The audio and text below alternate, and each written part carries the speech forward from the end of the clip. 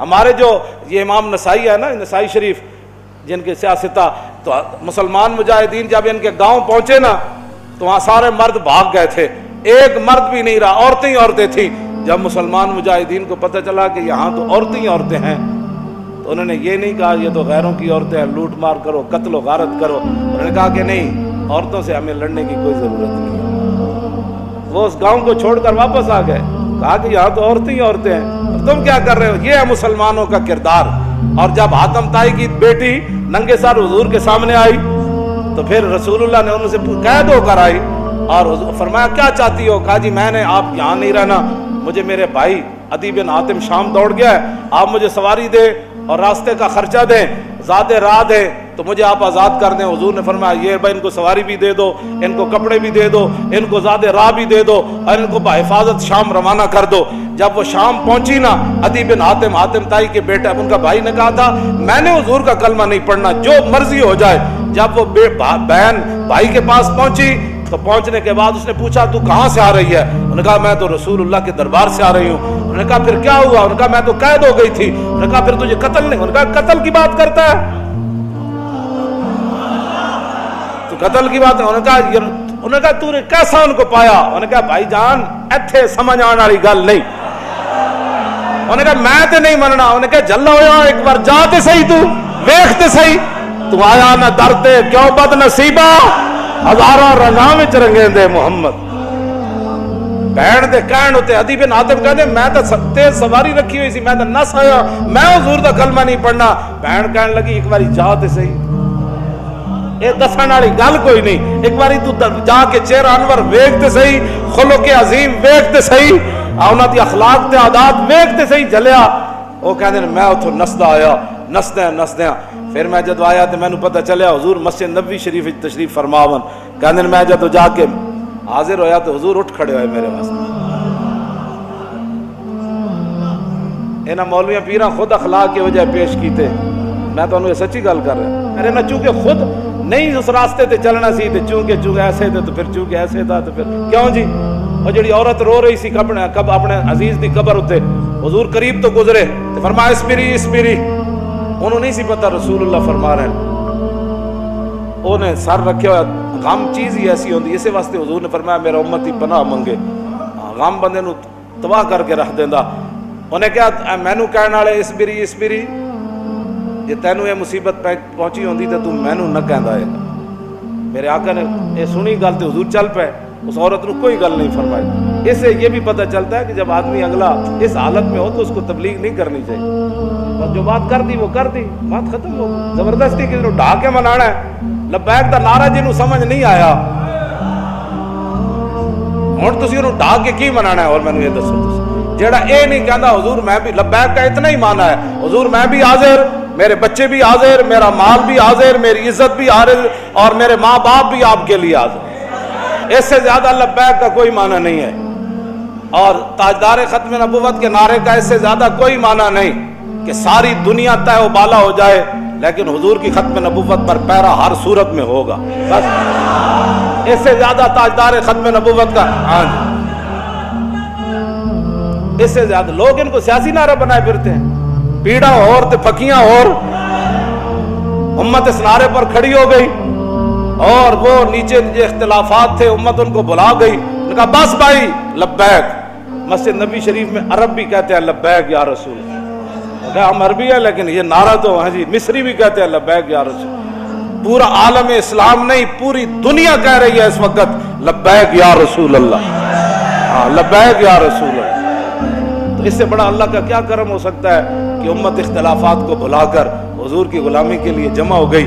اور اقبال کہتا تھا، میں کہتا تھا اقبال کی یہ خواب کب پورا ہوگا کہ اقبال کہتا تھا زان کے ملت را حیات از عشق اوست اور برگ و ساز کائنات از عشق اوست۔ اقبال کہتا تھا کہ ملت کی حیات، ملت کی ترقی، ملت کا عروج اور پوری دنیا پر اسلام کے غلبے کی ایک ہی وجہ ہے کہ امت حضور سے پیار کرے، حضور سے عشق کرے۔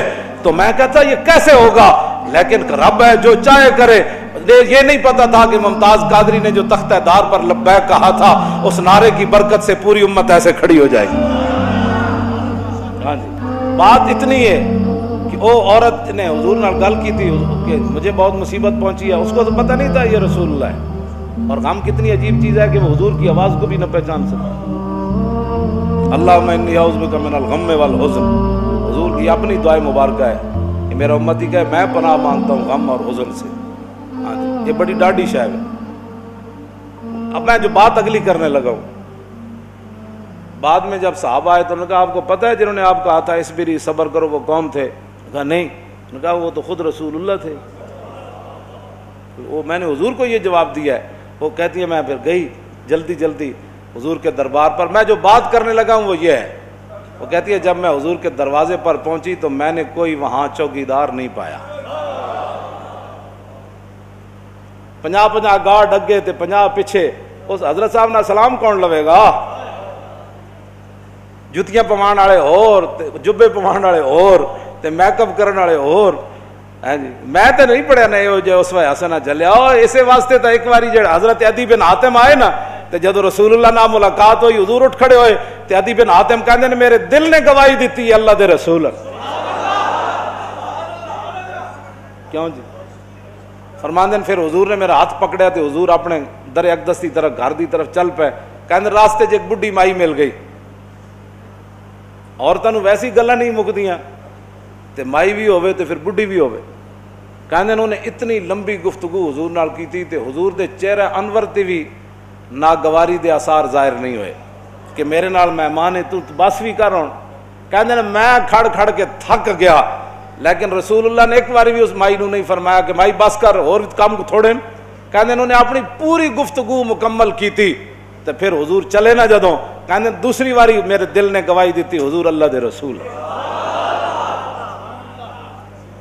تو کہندے جدوں رسول اللہ گھر تشریف لے آئے تو حضور دا ایک مبارک تلائی سی جہدے تے حضور آرام فرماندے سن، کہندے نے اودے وچ کھجور دی چھال بھری ہوئی سی، کھجور دے پتے بھرے ہوئے سن، اس تے او بدن مبارک سوندے سن جنہاں دے بارے حضرت انس کہندے نے میں 10 سال خدمت کیتی، حضور نہ سلام لیا، ہزاراں واری لیا، حضور دے مبارک ہتھاں نوں بوسہ دتا، چومیا، ما مسست خزن ولا حریرن ولا شیئن قط الین من کف رسول اللہ، نہ میں کوئی ریشم نو ہاتھ لایا، نہ کائنات دا کوئی اور نرم کپڑا ہو جائے میرے ہاتھ وچ آیا کہ حضور دے مبارک ہاتھ تو نرم ہاتھ ہوئے۔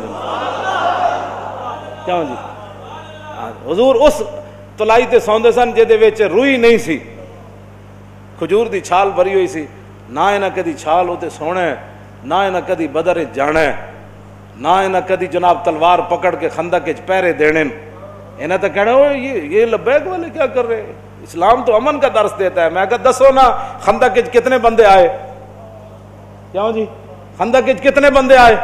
یہ دسو نا قوم لوگوں نو، اذا جاءتکم جنود فارسلنا علیہم ریحا وجنودا لم تروا وکان اللہ بما تعملون بصیرا اذ جاءوکم من فوقکم ومن اسفل منکم وزاغت الابصار وبلغت القلوب الحناجر وتظنون باللہ الظنون هنالک ابتلی المؤمنون وزلزلوا زلزالا شدیدا واذ یقول المنافقون والذین فی قلوبہم ما وعدنا اللہ ورسولہ ہاں فی قلوب مرض ما وعدنا اللہ ورسول اللہ غرورا۔ یہ تو منافق کا کام ہوتا ہے جب مشکل وقت او جی دیکھا گریک ٹاؤن ہو گیا، اور میں کہا پھر کی ہویا؟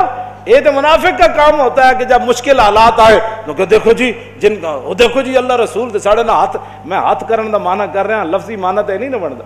اللہ رسول نے تو ان کا لفظی معنی کیا بنتا ہے کہ انہوں نے کیا اللہ رسول کی طرف نسبت کر دی کہ ہمیں تو دھوکے سے دوچار کر دیا گیا۔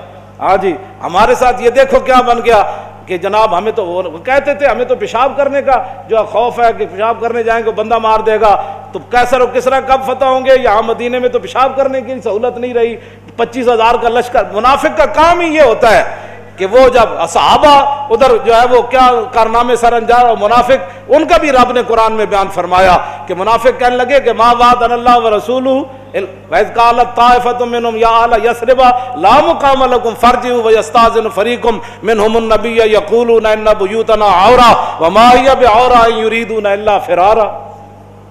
کیوں جی یہ منظر بیان نہیں کیوں نہ؟ چلو چلیے چلیے چلیے توبہ کرو، تھے حال ہی کوئی نہیں، 25,000 کا لشکر آ گیا، آج تے بچی کسی دی نہیں ہونی۔ کہنے لگے حضور گھر لوگ گئے پیچھے، گھر میں بندہ کوئی نہیں کی بڑھے گا. اللہ نے فرمایا میرے حبیب گھر تے کاشانہ اقدس جدو آپ گھروں چل کے آ گئے تے آپ دا پیچھے گھر کوئی نہیں, صدیق اکبر دا گھر کوئی نہیں, فاروق اعظم دا گھر کوئی نہیں, عثمان غنی دا گھر کوئی نہیں, حیدر کرار دا گھر کوئی نہیں, انہاں دے گھر وکھرے آ گئے. میرے حبیب گھر لگے ہون دا مسئلہ نہیں, یریدون الا فرارا, اے تے چھا میدان چھڑ کے نسن لگے.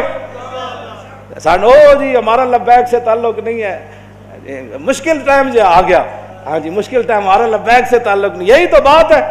لیکن قرآن, اقبال کہتا اگر درس قرآن ہم نے بلایا ہوتا, یہ زمانہ نہ زمانے نے دکھایا ہوتا.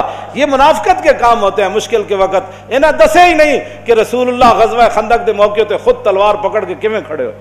جب 25,000 دا لشکر خندق دے کنارے آ گیا, عمر بن عبد ود گھوڑا چناب چھال مرائی تے ادھر آ گیا, تے 25,000 دا لشکر اتنے آ گیا, تے سارے چاندے سن کے گھوڑے سمیت ادھر آ جان. اس وقت میرے آقا و مولا پھر خود تلوار پکڑ کے کھڑے ہو گئے, اور حضور کو اللہ نے دبدبا کتنا دیا, کانہ و فرد فی جلالتہ فی عسکر حین تلقاہ وفی حشمی لہو ہمم لا منتہا لکبائرہا وہمتہ الصغری جل من الدہر. یہ دوسرا حضرت حسان کا شعر ہے, پہلا امام بوصیری کا شعر ہے. فرمایا اللہ نے ہمارے آقا و مولا کو ہیبت اور جلال اتنا عطا فرمایا کہ حضور تنہا بھی کھڑے ہوتے تو محسوس ہوتا کہ حضور کی پشت پر لاکھوں کا لشکر کھڑا ہے. ہاں جی ہاں جی توجہ, حضور خود تلوار پکڑ. کیوں جی علیکم بسنتی ہے نہیں, یہ نہیں سنت کہ جب دین پر مشکل وقت آ جائے تو رسول اللہ خود تلوار پکڑ کر کھڑے ہو گئے. کیا یہ ان کے لیے سنت نہیں تھی کہ جب حضور کی ختم نبوت پر مشکل وقت آیا, حملہ ہو گیا اور حضور کی عزت پر حملہ ہو گیا, تو کیا قوم کے رہنماؤں کی, مذہبی رہنماؤں کی, پیروں کی, فقیروں کی, مولویوں کی یہ ذمہ داری نہیں تھی کہ خود میدان میں ایسے نکل آتے؟ یہ ہے نا علیکم بسنتی و سنت الخلفاء. کیوں جی الراشدین, اور سنت خلفاء کیا ہے؟ یہ تو حضور کا اپنا اس طریقہ مبارکہ ہے نا.